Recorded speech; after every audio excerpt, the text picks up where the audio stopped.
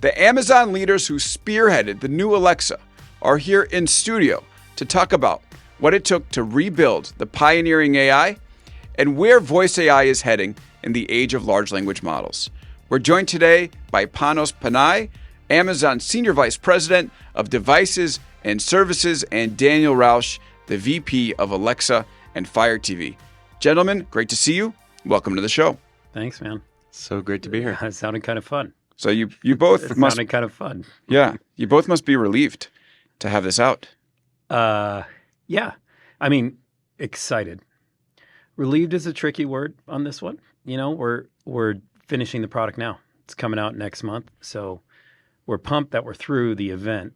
And yeah, there's some relief, I would say. Would you agree? You feel a little bit of relief, but the truth is, it's all about getting it into customers' hands as fast as possible. So the team's feeling that urgency right now. Yeah, that's the big moment for the team, right? You get that first customer response. So we still feel like we're building towards it. But yesterday was great. Okay, so I have 3 Echo devices in my house. We have 3 rooms. Yeah, what are they? House is generous, but in my apartment, okay. There's one in the bedroom, there's one in the kitchen/dining room, and there's one in the office. Yeah. So they are first generation. I'm really looking forward to getting these updates working, hopefully within these devices, and getting a chance to use a new and improved Alexa. I've been hanging on to the Echoes for a long time in the hope that something like this would happen. So we're here. And I was at your event where you were announcing it. I'll give listeners a little bit of understanding of what I saw. And then we're going to go into some questions about what it was like to build this. So this new Alexa, it's called Alexa Plus. It is conversational. So it understands natural language. It understands your context. And you don't have to say Alexa every time. It will sort of have a back and forth with you. It is, I think you could call it agentic. It allows you to take action like book a table, call an Uber. It will go out on the world and help monitor ticket prices for you, for instance. And it's also deeply integrated into Amazon services, and namely Prime. It's going to be free for Prime members, $19.99 a month if you're not a Prime member. And the coolest thing I saw in the demo was that I think one of you asked for the song with, what was it, Bradley Cooper and Lady Gaga? And I didn't say Lady Gaga. I just said Bradley Cooper. Bradley Cooper. Yeah. In that movie, what was the movie called? Star is Born. Star is Born. Great movie. And then it called up, play the song, and then you said, now let me see it in the movie, and it connects to Prime Video, and you could see it in the movie. So very cool product. Definitely, I think what a lot of us have been hoping to see from the Alexa team and from Amazon on Alexa. We're going to talk a little bit about what it took to build it and then the strategy here. So I think the first question I need to ask you both is, what did take so long? Because I think that for all of us who've, I think there's 500 or 600 million Alexa-enabled devices out there. We've been wondering, as OpenAIs of the world and other companies have made these big advances on voice AI, when Amazon was going to make its move, and you have made the move. But what was the process that made it take as long as it has, Panos? I think the easiest way to say it is, you've started the summary. When you have hundreds of millions of customers that are active right now, we talked a little bit about it yesterday, but every one of them matter. How do we make sure they all get the great experience they need? Meaning you can't start from zero and ignore it. And if you could, it could be much faster, although it's not that easy to hook up the thousands of APIs and all the partners that we're bringing together and all the experts. It takes time. But the first thing is, and there's 2 parts to it, but the first thing is you got hundreds of millions of customers. They love certain things that they do on Alexa today. They might not love everything, but they love certain things for sure. You can't leave that behind. You can't wake up one day and whatever you use Alexa for, whether it's timers or music, you can't not make it better and great. And so you don't feel like something was taken away from you. When you take something away from a customer, you've just missed. You've missed. And so that's one. It takes time to make sure you can get it all done. So everything on what you would call Alexa, not Alexa Plus, works on Alexa Plus, but better. And that was just the first part of the vision. Can't leave anyone behind, which was important. We can talk about devices and so forth, but customers who love their products that are in and they need them, we can't take that away. That was one. Second piece is you're re-architecting from the ground up. So you've got first the weight of keeping hundreds of millions of customers, and then you're re-architecting from the ground up. If we started from 0 customers, I think this is a different story. You can move a lot faster. We can solve problems and then just add features as we go, if that makes sense. So maybe we just had a conversationalist, a pretty cool one. Then we can add personalization. Then we can add memory. Then we can add the experts. And people would just get updates along the way and maybe learn and be great. However, on day one, we need to support everything people love and know about Alexa, day one. And so a little bit of patience there. And takes a little bit longer. And the vision was the vision was clear. Like, we're going to go bring a conversational agent forward, an assistant for everyone that is smart, has memory, can personalize to you, and then ultimately be incredibly useful. And so when we had that laid out, we're okay, great, but we can't leave any customers behind. And right at that point, you kind of step back. Once you put the vision together, you realize you need a full re-architecture, but you're not going to leave your customers out. So you're re-architecting pretty much 2 stacks at that point. One, Right. what is classically known as Alexa, to be awesome and come into this conversational world. And the other is everything new that it has to do. Yeah, and I want to go a level deeper with Daniel on this one because, Panos, what you're talking about, a re-architecture, is sort of what I've heard has been the holdup here with Alexa for all these years, which is that, and Daniel, tell me if I'm wrong, but basically what folks have told me is that the old version or the original version of Alexa was built with a lot of like if-then commands, right? So, it will understand some structured commands, turn on the lights, okay, then it will take that and almost like deterministically say, okay, I understand this command, this is what I'm going to do, turn the switch. With large language models, it's a completely different ballgame because you have to make room for uncertainty. So actually, the fact that you've been able to introduce an Alexa with large language models, which I think will be able to keep that functionality, is an engineering feat. That's my perspective from the outside. What is it actually like on the inside, and how close is that assessment to the challenge? Well, the team will love to hear you say engineering feat, because I do think that I think there's no lack of feat. that is It is real. that is the size of the task for sure. I think you're onto it for sure. Large language models. The one thing I'd add, just in terms of thinking through the technical architecture to what Panos said, is that it's really just the latest generations of large language models that can even do the things that Alexa needs to be able to do. So you're talking about our Nova models, right, which we announced within the last few months and starting to get into customers' hands. It's super exciting. Partnership that we have with Anthropic. Like, you really need very state-of-the-art technology at the base of the architecture in those large language models. And in large part because of what you said, we need them to behave in ways that we can predict and are certain. Someone says, lock my door, or, play that song. You want it to happen, right? Some are higher consequence than others, and you really need to get it right. But you also want all the elegance and nuance and understanding and non-deterministic behaviors of large language models themselves, right? So we would call that a stochastic system that, it's literally at runtime that you're making those determinations. So if you want to integrate tens of thousands of services on day one out of the box, take advantage of everything that Alexa's always been able to do, as Panos was saying, and introduce all of this new unbelievable behavior that you can get out of large language models, that is a big engineering feat. So how does it know when the user is saying turn the lights on versus like something more esoteric? Like, is there something built within the technology that's kind of like a switcher that determines first your intent and then decides which part of the model to send it out to? The way to think about it is, at the base level, you have large language models, and you have this model agnostic system that's even itself going to choose the right model for the job. And the models play different roles in there. What's already happened is, even honestly, sort of in the way you asked a few of the questions, is that people assume the large language model is the product. A product like Alexa is so much more than quote unquote just a large language model.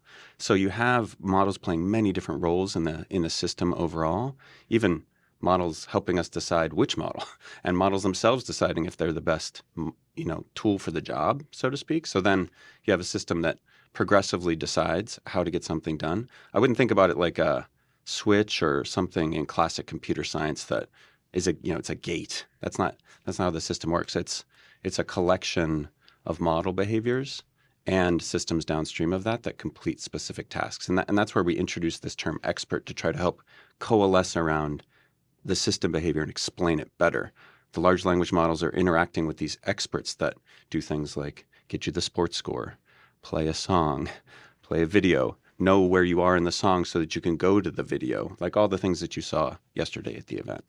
And so, Panos, this is a mixture of experts model. It is. You think about it, and a mixture of experts model, but each expert theoretically has its own model as well. So you're building on top of it. Each expert is smarter. When you think experts, it's like it's a weird term, yeah. But think photos, smart home, entertainment, whether that's music or video, local info, all the partners that connect. You have communication expert, you have an artifact expert, you have a memory expert, you have a personalization expert. Each of them play a role, and they kind of arbitrate with each other at all times. So like the model is just lighting up when it determines that that's what you want to do. That's right.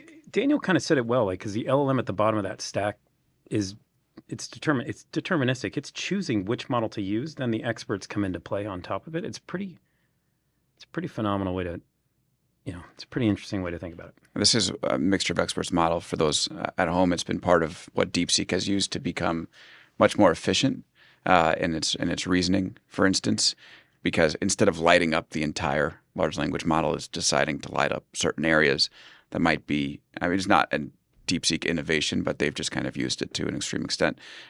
Has using that architecture helped you build this in a way that's, for instance, like reducing latency or sort of lightening the compute burden that you otherwise might have had?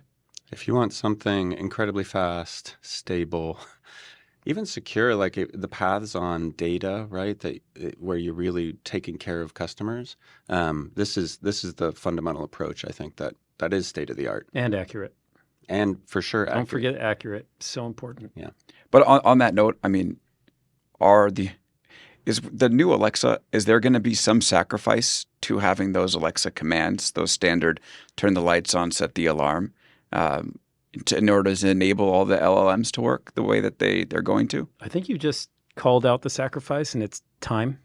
Okay. Like how long it's taken us to get to where we are. That's why it's my favorite question. Like, why is it taking you so long? Like, if I told you where we were 4 months ago on somebody said, lock that door, and then we had to determine what that meant versus in the past, lock my front door.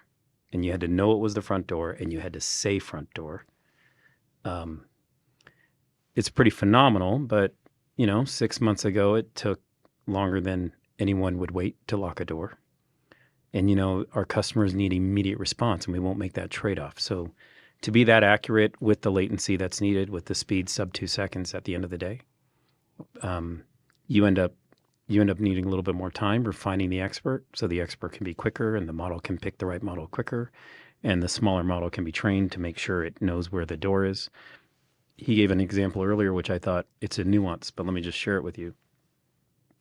Previously in Alexa, you couldn't say, play that song. It would look for a song called that. Right. It was that simple. Now the model has to reason and say that song. I wonder what he's asking. I wonder what she's asking. I wonder what the person's asking. That's what's happening in the system. Then the expert shows up, looks at the history, the personalization, what conversation were we having, play that song. Oh, he's talking about the conversation we just had about Bradley Cooper and Lady Gaga, Shallow play. That all happens in, sub 2000, how many milliseconds are we talking? We count in single milliseconds now in system components. So now all that is going on and the stack's working through it versus today, which is play Shallow, and that's the only way you're going to play Shallow. Yep. That's it. And so I think it's just understanding that nuance in where natural language comes in, where you can talk to Alexa without being precise, just like you can talk to me, and I'll use some microtells to get, are you asking me a rude question, a great question, a nice question? Are you leading me? And then from those microtells, I can then move to the words and then determine where you're taking me. And you don't have to write it down, type it, and read it exactly. All that is happening now in the machine, which is pretty powerful. There was a cool scene in your demo at the event, at the launch event, where I think, Panos, it was you, where you said, don't play the music in the baby's room. Yeah. So and it's really, I didn't say that. So that's very explicit too, right? Don't play the music in the baby's room. The model will come up, the expert will show up, the music expert. This is where it's super powerful. and go, got it, play it everywhere else. Or you can just say, don't wake the baby, play the music everywhere. Then the model will go, don't play it in the baby's room. That's cool. I know what they're asking. So this is where that small model in the expert does its job. And the fact that you can just naturally move it around. In that demo, I don't know if you noticed, by the way, nerve-wracking. Yeah, so for listeners, Panos did this entire demo live. I mean, we're going to talk about Apple Intelligence in a second, but Apple Intelligence, I was at the WWDC launch event, and it was all a vision. And what we saw at this Alexa launch event was a working demo. Now, look, I mean, we know to reserve, us commentators know to reserve complete judgment until it's in our hands. Yeah, you have to. But You have to, for sure. But it was real. Seemed it was all real. Real and working. So. Yeah, but what makes you nervous in an event like that, you're not worried about the product working. I mean, 6 months ago, I would have worried about the product working, and I would have shown you more vision demos, like videos. But the product's working. The challenge is the infrastructure, the thousands of Wi-Fi signals that are pinging around that room. Like, it's just these live environments are very unusual. Turns out tech reporters like tech, and they're using a lot of it. We're all on the Wi-Fi. Well, more. I mean, the signals that are being pulled from Bluetooth to Wi-Fi to, I mean, who knows what's in pockets? And one of my favorite tech demo moments is Steve Jobs just losing his shit on stage because all the reporters are connected to Wi-Fi, and he's like, "You could either be connected to Wi-Fi or you can have a demo. You pick." Totally. Yes. But we didn't have to have that situation. So, but then you got, the servers have to be lit up, and you're worried about latency and what's happening in the room. So you got all that going on, and now you're going to do live, and this is your baby, right? I mean, you love what you're about to show. You love it. And if it doesn't go off, like, I don't want to tell you what the backup plan was. What was the backup plan? We're not going to talk about it. For real? Let's not talk about the backup plan. Let me just Either say, way, you can't tease the Alex, backup plan Alex, and then not share the backup plan. They were really good. They were really good. It was not a great backup. Let's just say. No, it was. They were great. They were great. They weren't going to work, but they were great plans, I would say. I'm looking over here at some of the team that was helping yesterday. But during that moment, you may have heard it was very nuanced. At one point I said, move the music, bring the music here. I want to hear the music over there. And the reason I use different sentences, I know what the model's going to reason over and do, but I wanted to make it clear, like, you don't have to think about what you want to happen. You just have to talk. Right. I want the music over there. Okay. And if the model doesn't know, or if Alexa doesn't know, she'll ask you, do you mean in the living room? Yeah, so are we going to have a speed trade-off here from the traditional Alexa tasks? Just quickly, Daniel, I'm curious. Like, is the stuff I was doing beforehand, I'm doing now, set an alarm? Is it going to take a little longer because of this process, or it'll be the same amount of time? No, because, I mean, this is where we have such a high bar before we're willing to put it out, because and deterministic systems are incredibly fast. Right. It is straightforward computer science in this day and age with an AWS cloud and the great connectivity that everyone has in their homes to make a deterministic system fast on something exactly like you said. Making a non-deterministic system fast that can respond in any way, gathers all the context, figures out legions of different things, which experts to invoke. Making that system fast on something as simple as a instruction or, is hard. That is quite hard. What technological breakthroughs or innovations did you rely on to get it from a place where you were dissatisfied with the latency to a point now where you're happy? Well, I think it's another version of using the right tool for the job and building a system that's frankly just more complex overall to get the simple things done. So it's a bit, there's like an irony in that, but you need a system that creates very fast paths for simple things. Even though you started with an incredibly complex system already, you're adding these kinds of complexity to get simple things done. So I won't go into the specific technical details here, but that's the upshot. You need to be able to figure out you're trying to do something simple so that you can do it fast. With a very complex and it gets system. Tricky. People understand how to speak to Alexa today. Well, I think our new customers, we want to, and current customers, we want to open their minds on what they can ask for and how to get something done.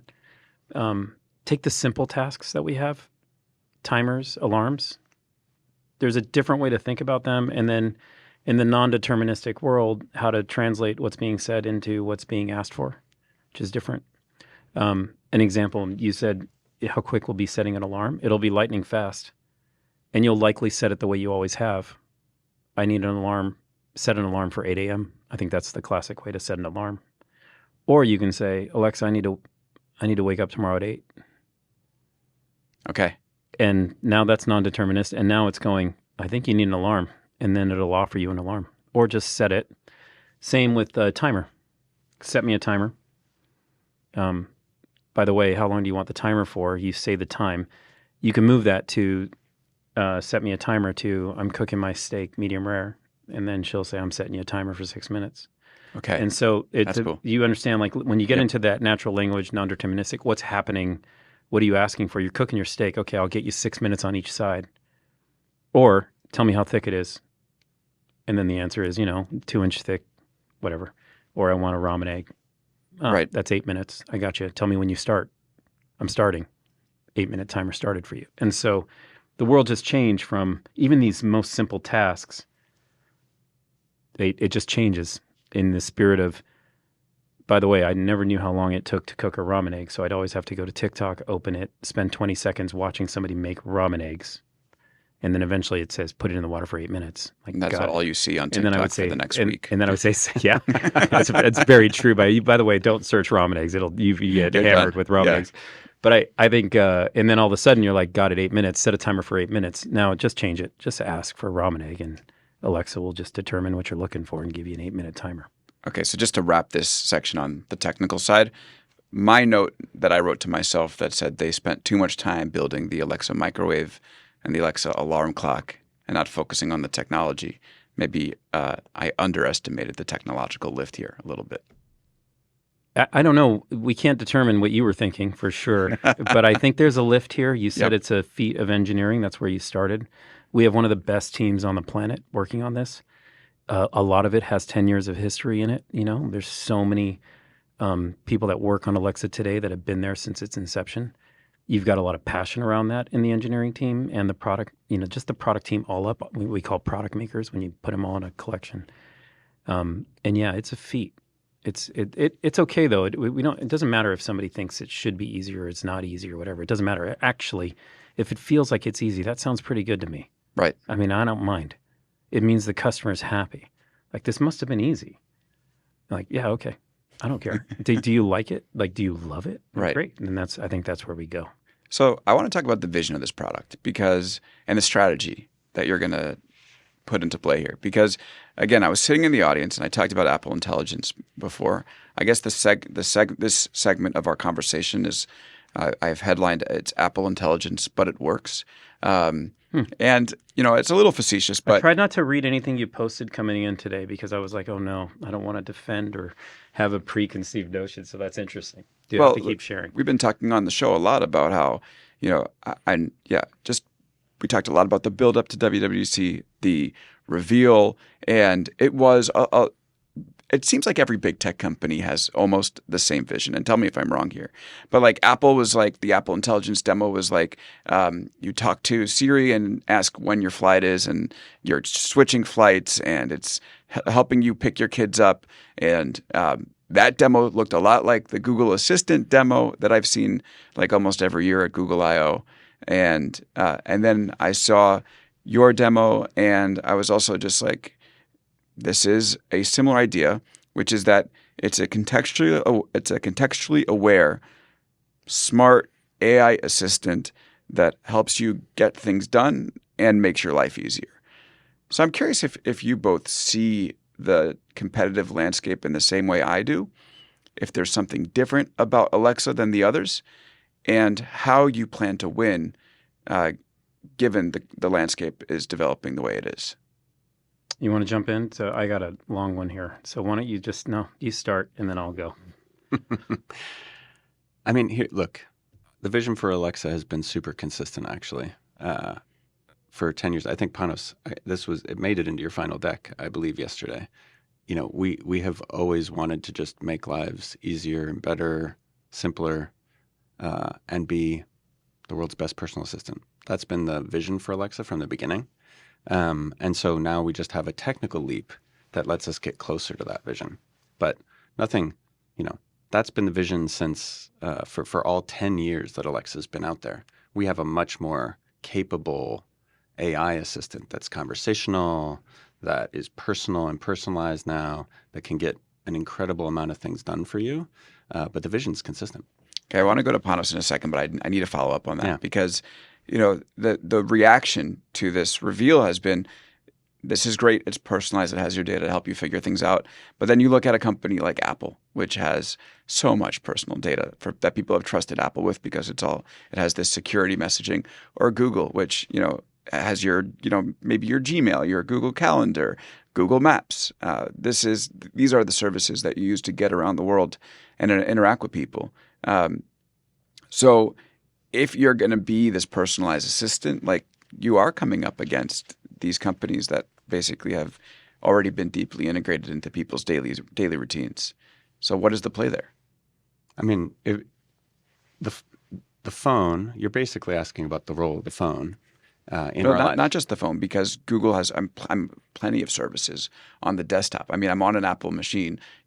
I got Gmail open, Maps to figure out how to get here, Calendar, and so it's almost the operating system for your life. I mean, look, you told us you have echoes in every room in your home, and that's great. That's also true. I'm starting to think And maybe we I know- have too much tech going. And You might. look at your job. I mean, come on. That's And how if it you goes. didn't, Just if you the right didn't, this amount. would be a problem. The I'm correct. just saying, Yeah. customers, we do so much for customers in the home today. And of course, we're Amazon. So that's not just, thank you, by the way, for having echoes in every room in your home. That's awesome. But also, we probably put some packages on your doorstep and probably stream you some content. And we've got great, deep relationships with our customers.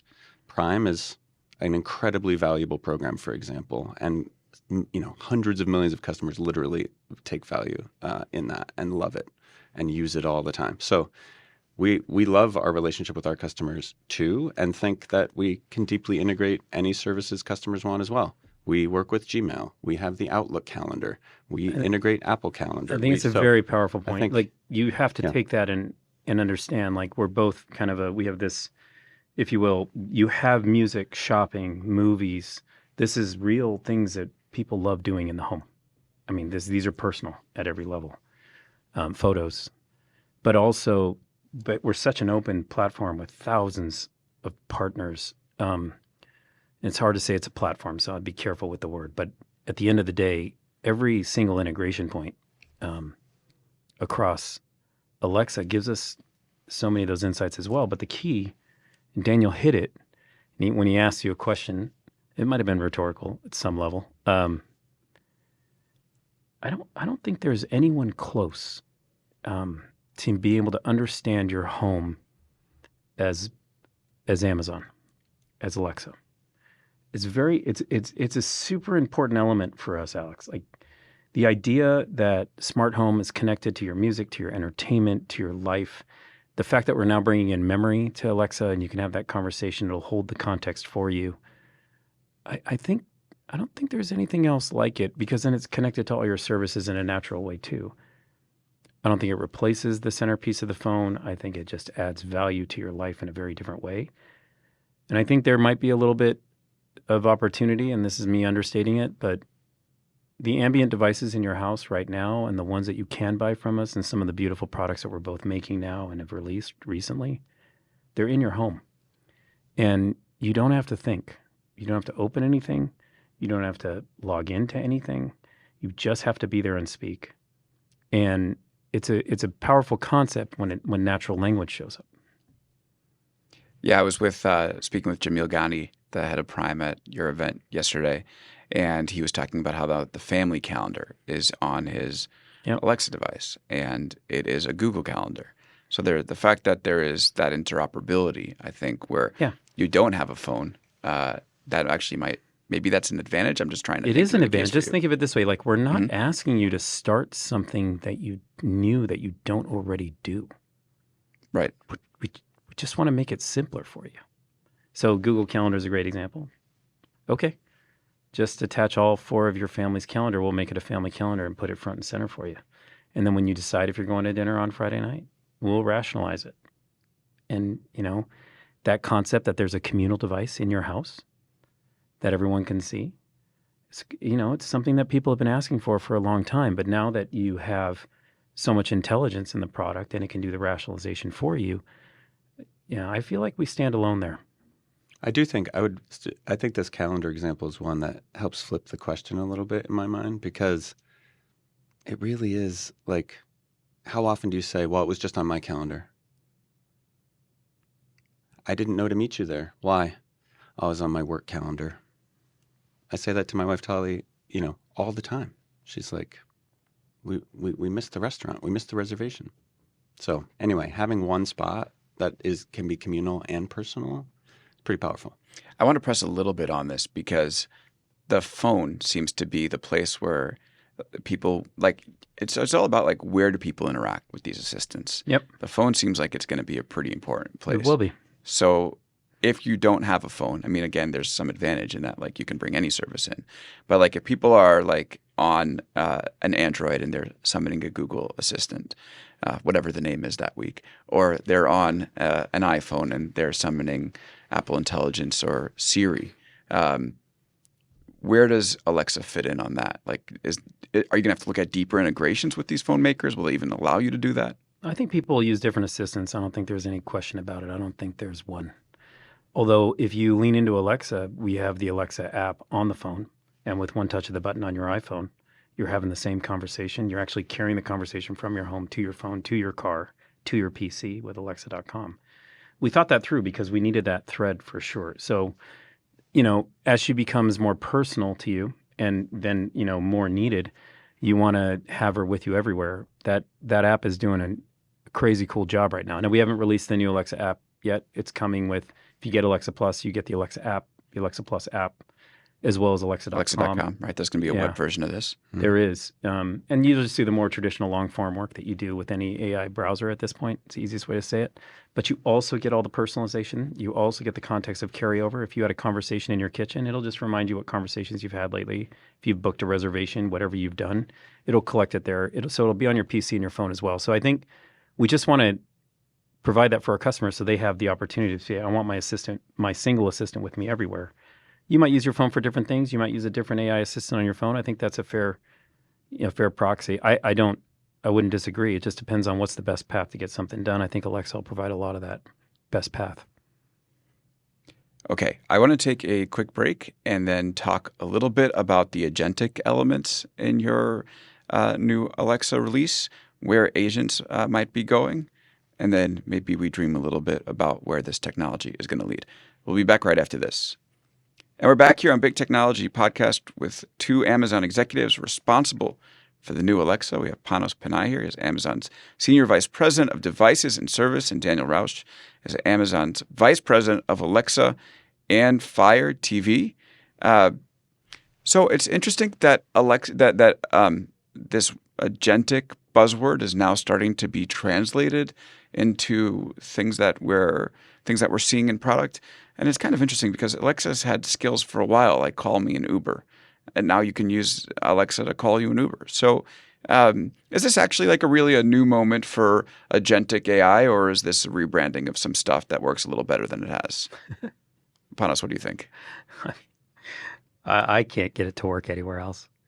I mean, I think this is at the end of the day, it's incredibly new, but it's also solving so many different things at the same time. First, you have to always go back to how much understanding is in an utterance, just in natural language, being able to translate it. And we've talked about this already. Getting down to calling a service, calling the right API, making the right partnership so that API is called, to make it as simple as possible.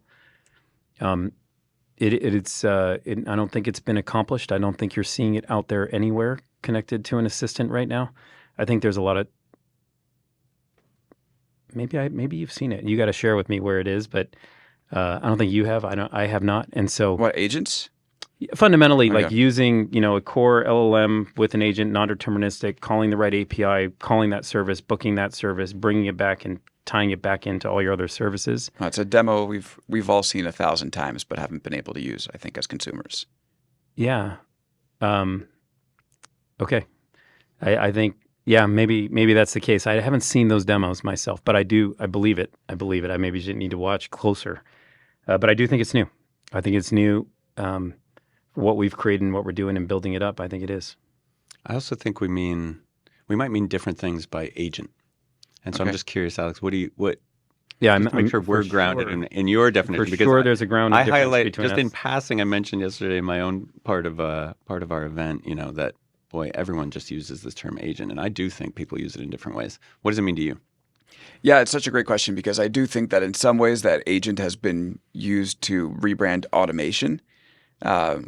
We've been seeing automation demos forever. I mean, even so, just to give you one example, I wasn't trying to shade the Amazon demo. I was just to give you one example. Yeah.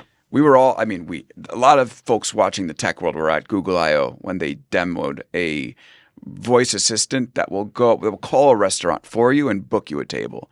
And like they did the actual conversation, and the assistant has like human utterance, goes, well, maybe we could have a table for, and it's like, and then it would I didn't see actually it. go and That's book you interesting. I didn't the see it. restaurant. Yeah. I just don't remember using it. But Correct. So again, Oh. there's the demo, and then there's real life. But I think it was also just like you gave a tech command, and it would go out and do that for you. A lot of this stuff, like I said, we've seen demos. We haven't seen it actually work. My definition for agent is something that can go out and accomplish for you. Mhm. You had a good demo that I enjoyed watching about trying to go see a Red Sox Yankee game. By the way, for folks listening, the reveal event was in New York. Daniel's apparently a Red Sox fan. He trolled the entire audience, including the guy sitting directly There was in a guy front of wearing me. a Yankees I was cap. It sitting- was almost like he planned it. Yeah. I kept saying, "Are you sure you want to do this Red Sox bit?" He's like, Just goes- "For sure." Goes For through the sure. entire offseason acquisitions, which Alexa. As a Mets fan, I will say You were I'll see fine. You were see fine. By the way, you saw that. See you in You saw October. the info expert in action right there. That's what it was. Yeah, because you're now in. It was non-deterministic, and then of course it's a different answer every time Daniel did the demo. And at the end of the day, it was Alexa's decision to talk about Alex Bregman. Yep. It wasn't Daniel's. Like, you couldn't lead that. You can't Right. plan that. And so a bit of a risky demo, because if Alexa decided not to talk about Bregman, I don't know where you would have taken the I do rest know a of the lot about the Red Sox, so I figured, maybe eventually we get to buy some tickets. Is what I was thinking, but it was to set an example of that kind of agentic capability, Right. to sort of set the baseline of what we mean, which is, hey, I actually was just having a chat about the Red Sox. Could I get some tickets? Actually, that's a tough game to get. Oh, they're expensive. Can you watch for tickets for me? That was where we ended up with the demo. Could have Right. ended up in a lot of different places, but being able to set an agent off, if you want to call it an agent in that case, we think about it a little bit differently, but in that case, that agentic capability to say, first of all, I could buy you these tickets right now. Second of all, you don't like the price? I'll watch for you. Infinite patience, Right. never runs out of gas. If those tickets do drop below a certain price, I'm notified and can buy them. That's a hugely useful thing for a customer. Yeah, and you could buy it with a command. Yeah. Because you're integrated with Ticketmaster. Exactly. Yeah. To me, I would say that's agentic behavior. Great. I would say it qualifies. We had some questions we have a big technology Discord. I was like sharing notes with the crew as the event was going on, and we had some notes from people about what they want sort of beyond those simple use cases. Cool. What is it? I call it simple, but obviously there's a tech lift to get it done. So one of our listeners said, is Alexa still going to be reactive to requests, or can it be proactive and suggest at the start of the day some smart ideas based on the context that Amazon has? For instance, I would say, do I need to order any birthday gifts? And it would then go out and say, well, look on your calendar, there are 5 birthdays coming up. These are the dates, and these are our suggestions. So is it because that's I think a step I further. think you're stepping in. You said you want to talk a little bit about the future and how proactive Alexa can be. Like, there's a balance. One, we think Alexa can be incredibly proactive, like to the point of when you wake up in the morning, you walk into the kitchen, it's like, Alex, you didn't sleep well. And then you can imagine integration with some partners that is like, okay, let's have the conversation. Also say, hey, your day looks pretty packed today. You should probably find some time. that proactivity is there. It's in the system. We're using it in a very different way. We don't want to be intrusive with it. We got to learn from our customers first. Like, how much proactivity do you want? I think it's very, very important to, you don't want to jump to that future. You got to be right. So yeah, it's a good example. I'll wake up in the morning and if I need to buy a birthday gift, can you just remind me? We can create reminders. We can create a conversational piece. But I don't think a lot of people want Alexa just to wake up and start talking to you. No, I do think that, yeah. You don't want to be intrusive. You got to be really careful. We got to be so smart about, we have 10 years of lessons. This is what's so awesome about it. And, how much privacy matters. And when you want to invoke Alexa to be part of the conversation versus how proactive you want it to be. And, we have a balance on it, but I think it's a good push. She's already proactive in the spirit of, she has a way to, if I went out there and said, hey, I've been looking for this, I watched this movie last week. What was that song that was playing in that movie? Okay, give it that little information. Check Prime Video. What was he watching? Okay, I got it. I think you're watching this movie. It was this song. Proactivity also includes, do you want me to play that song or you just want the name of it? And a lot of times Alexa will say, do you want me to play it for you? That's a subtle proactive. It's not intrusive. It's using context, contextual information, some memory, some of your history, and in the past, you've asked me to play it every time, so why don't I just ask you to play it? I think those are different forms of proactivity, but our vision includes Alexa being proactive. It has to be. That we believe the next step customers will ask for is, I want her more, not less. Right. And so instead of me thinking, oh, I should ask Alexa, is there a point where Alexa will know to ask me? I think that's a real question. I don't think that's today. I think that is the future.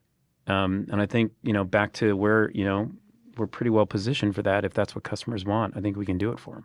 But I think what this listener was asking is, can I just, with natural language, say, take a look at my calendar and tell me something? Okay, so that's going to different. happen. That's different. Sorry, I went all the way to my vision, but here's what I'll pitch back. That already happens.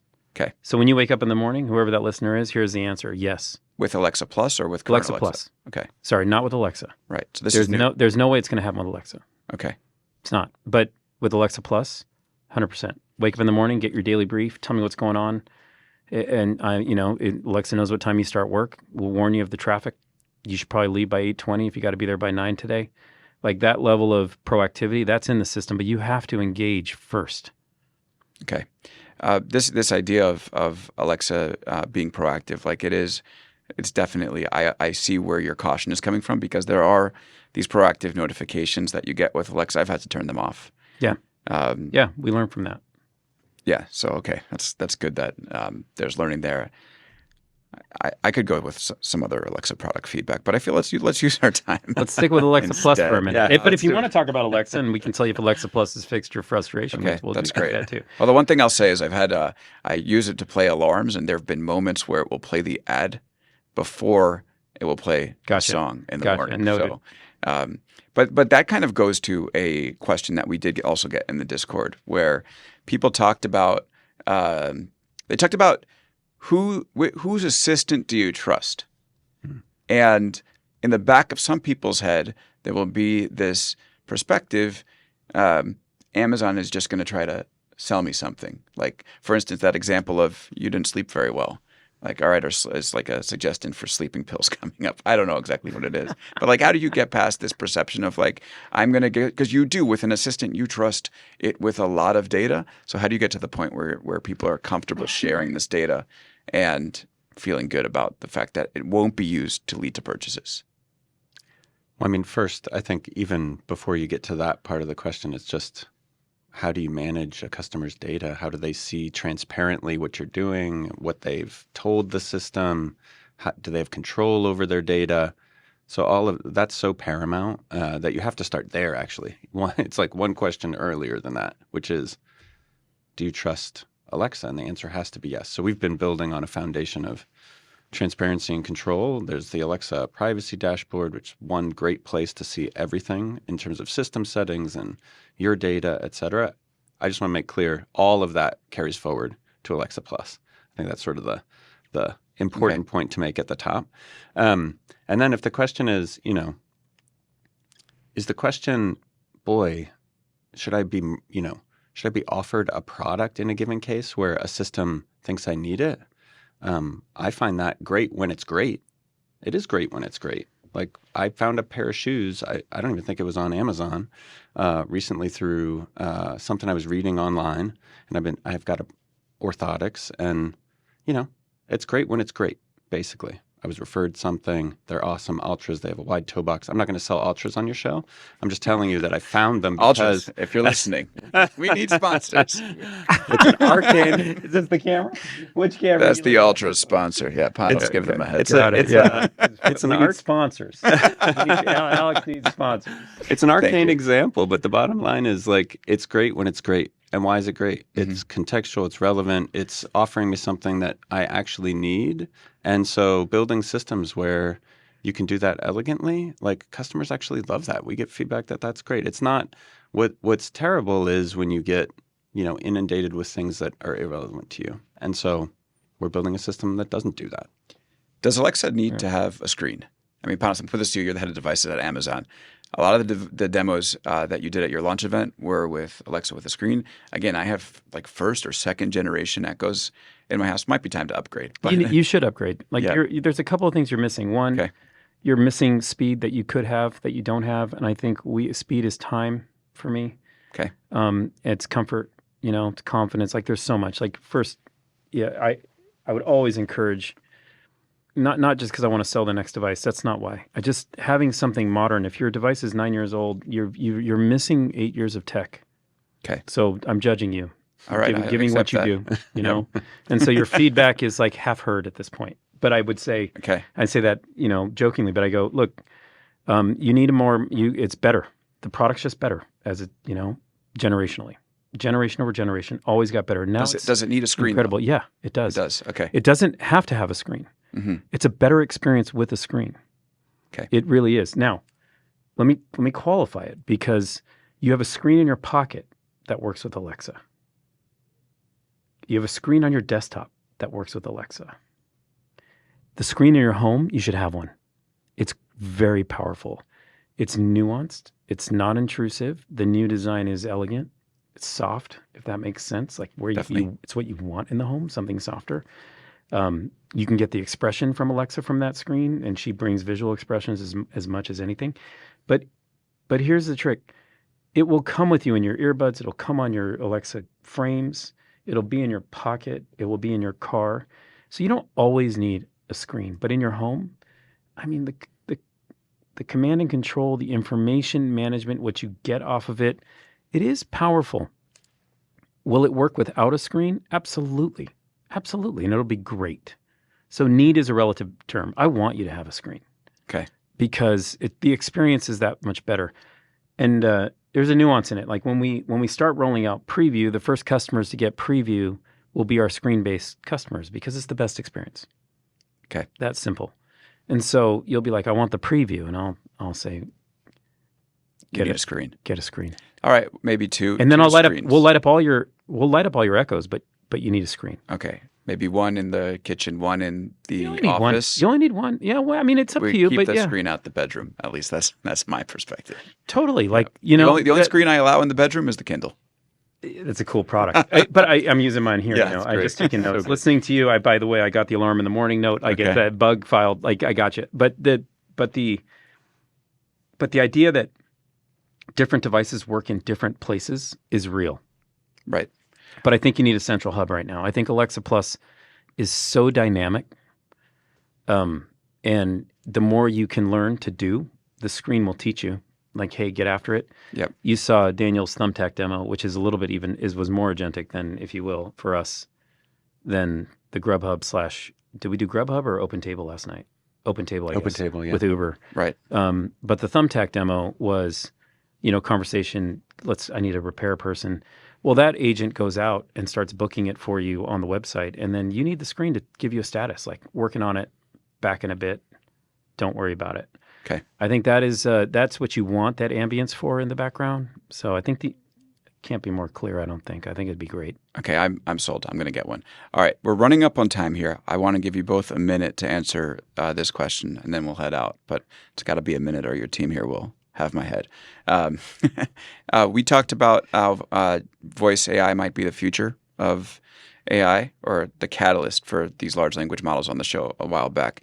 OpenAI, for instance, debuted or introduced this advanced form of AI called with GPT-4o, and you can see the inflection point of ChatGPT. That the second they announced that, bam, it goes from 100 million to 300 million users.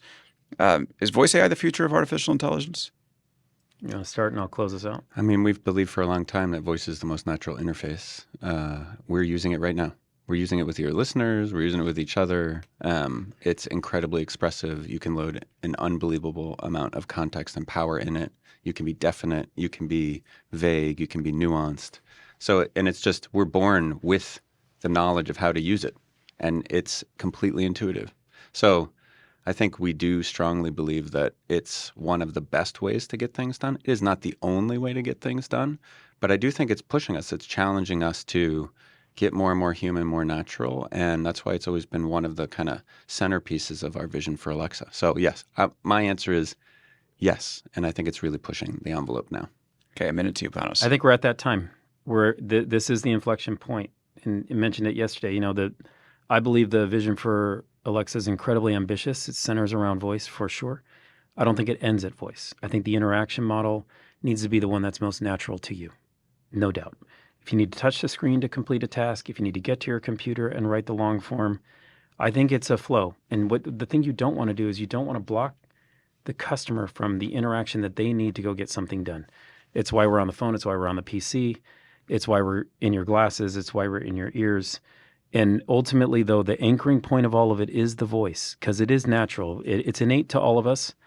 The trick is getting to natural conversation. The trick is trusting that you can just talk and realize that as we talk to each other, it's pretty sure you can talk that way with Alexa, and you're going to find that. And I think that is the transformation that's coming. I think it finishes, the next chapter, ends the first chapter and starts the next chapter and leads us to finishing is the wrong word there, but getting us to that next leap over the next 10 years. This is that starting point. The technology is enabling it right now, and that inflection's happening. And it's compelling.